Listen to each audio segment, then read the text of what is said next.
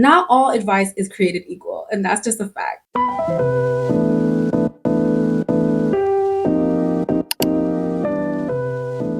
Hello, it's me, Adele. I am so excited to be sitting back here with you guys. Life has taken me on a journey, and let's just say I have so many insights to share. Today, I wanted to share a few lessons that I've had to learn or revisit in the last couple of years, and I'm hoping that these are things that you can either relate to or reference at a future point when you might need them. For those of you that are familiar to my channel, I am so excited to be reconnecting with you guys, and we will definitely get more into some of the things that have been happening since I've been away, and a little bit more about just what's to come on my channel, and just of course wanting to check in with you guys. But without further ado, let's go ahead and jump into the first lesson.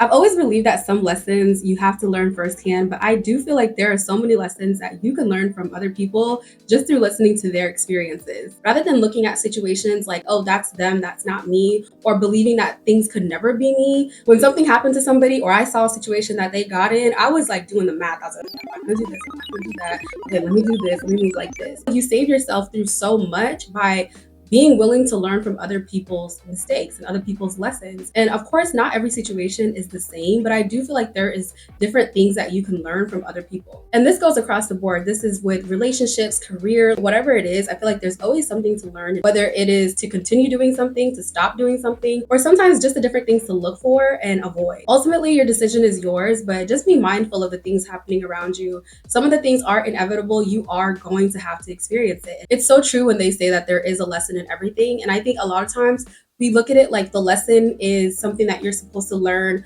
about somebody else and like, oh, let me avoid this type of person. But sometimes the lesson is like you having to learn about yourself. The lesson is like, dang, I move a certain way, which keeps bringing me this result. Not all lessons have to be external. A lot of them are internal, but it's important to be mindful of weighing both.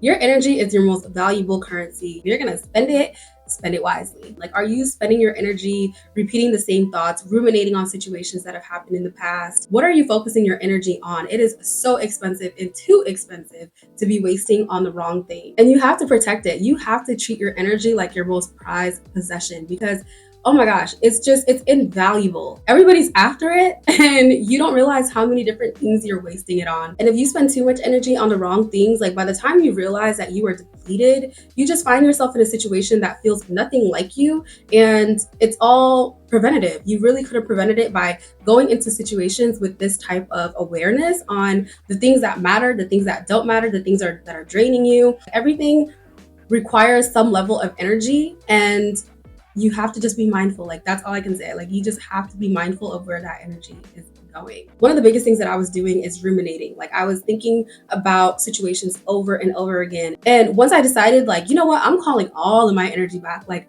all the energy that I'm putting on other people, other things, like just thoughts and past experiences, like I had to call that energy back and I had to reinvest it in myself. The places that I was going to looking for, like whatever I was looking for, I wasn't getting it there. And rather than like receiving the positive energy that I needed, I realized I was depleting myself, until I got to that point where I was like, damn, I have nothing left in my reserves. Like, I am tapped out of energy. And it's a work in progress, because for a lot of the time, you might not realize just how much you are depleted. And when you're not getting back the same type of energy that you are inputting into a person or a place or a thing, you have to then rebuild that yourself. That's where the true work starts happening for replenishment and for you to feel a lot more aligned with who you actually are, who you've always been, or who you want to become.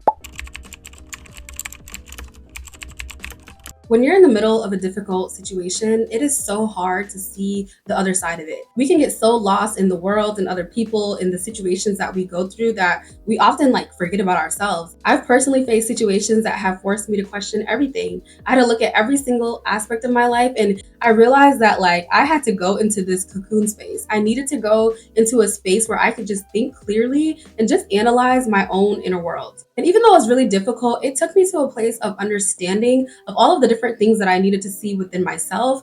I needed to see in other situations that I've been in, the habits, the patterns, like things that have gotten me to the place that I was, where eventually that understanding turned into this very deep desire to rediscover who I am. And a lot of the times I was thinking that I wanted to get back to like a previous version of myself. And I realized like, no, I have grown. These experiences have happened for me to be shaped into a different woman. And whether good or bad, things were happening for me to step into this new version. And once that was set in stone in my mind, that became my new passion. That became what I was focused on doing. In the times that I felt the most myself, it was the times that I was aligned with focusing on myself. I was allowing other people to be who they wanted to be and needed to be for themselves, and I was being who I needed to be for myself. And it wasn't until I started expecting things from people, I started expecting situations to play out certain ways. Like I expected certain things to be happening at different times. I expected myself to be at a different place than I was at the time. Like all of these different expectations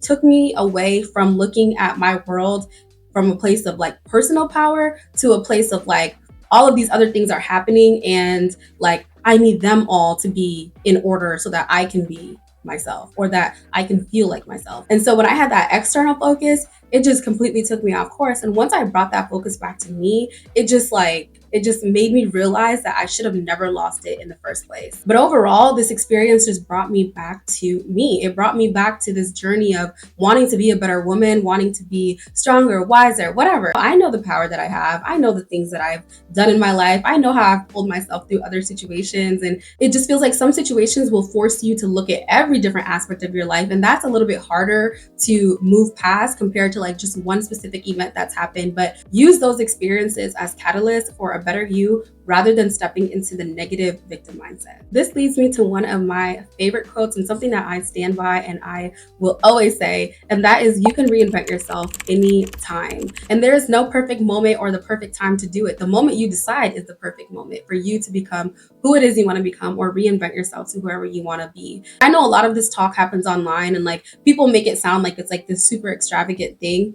And honestly, in a way, it kind of is because it is like a project. But imagine that version of you that you want to become and think of like even one activity or one thing that that version of you does that the current version of you doesn't. And start doing that thing. Start by doing an inventory on your life. Look at your beliefs, your habits, all of the different aspects of you and just figure out what it is that you want them to look like, what they currently look like, and fill in the gap. What's it going to take to go from this version of yourself to this new version of yourself that you want to be? You have to really like take the time to kind of think through this and do an inventory of your life right now and all the different areas of your life and think about what it is you want to change, what you want it to become, and then the actions that you need to take to get there. Reinventing yourself does not have to be you looking like a completely different person. You can reinvent an aspect of your life. It doesn't have to be everything. You can still feel like the exact same person, but maybe you change what your financial life looks like. Maybe you change what your social life looks like. That could be the reinvention all in itself. It doesn't always have to be this grand personality change or persona change. It could be whatever you want it to be. It's just important to know that you have the ability deciding that and starting. Be unapologetic about it and don't allow your limitations to stop you from becoming that version.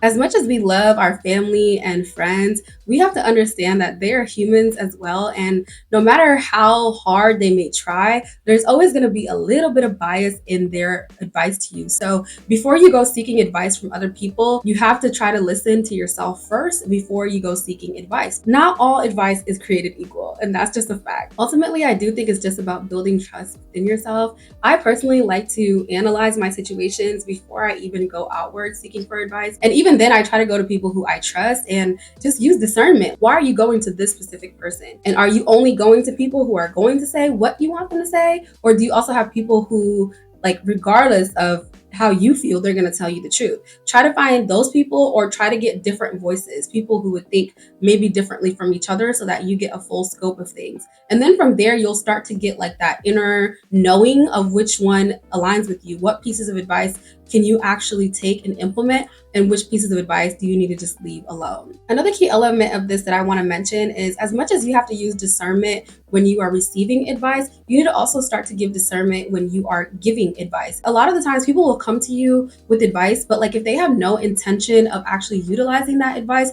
you're wasting energy again. And like I talked about before, your energy is currency. Do not waste it on giving advice to people who don't listen to it or who don't even attempt to implement it. Another reason to be mindful of who you're giving advice to is that sometimes when situations don't go the way that people want them to, they often can try to kind of create this blame game of it being your fault that something didn't happen because you advised them a certain way. And it's like, just because you advise somebody a certain way, it doesn't mean that they then go and implement it in the way that you meant if there wasn't a real understanding of what that is. And that's why it's just important, like issues that are very, very important to you or dear to your heart, use the discernment on who you're going to when you're getting that type of advice. Overall, it's just important to tailor guidance to your unique circumstances. Make sure that the people you're going to are fitting of the type of advice that you are seeking. Make sure that when you are giving advice, you are giving it from a place of understanding of what that person is going through, at least to the highest level that you can, and just know the impact that your advice might be having on other people. And again, sometimes the best advice comes from our own selves, our highest minds.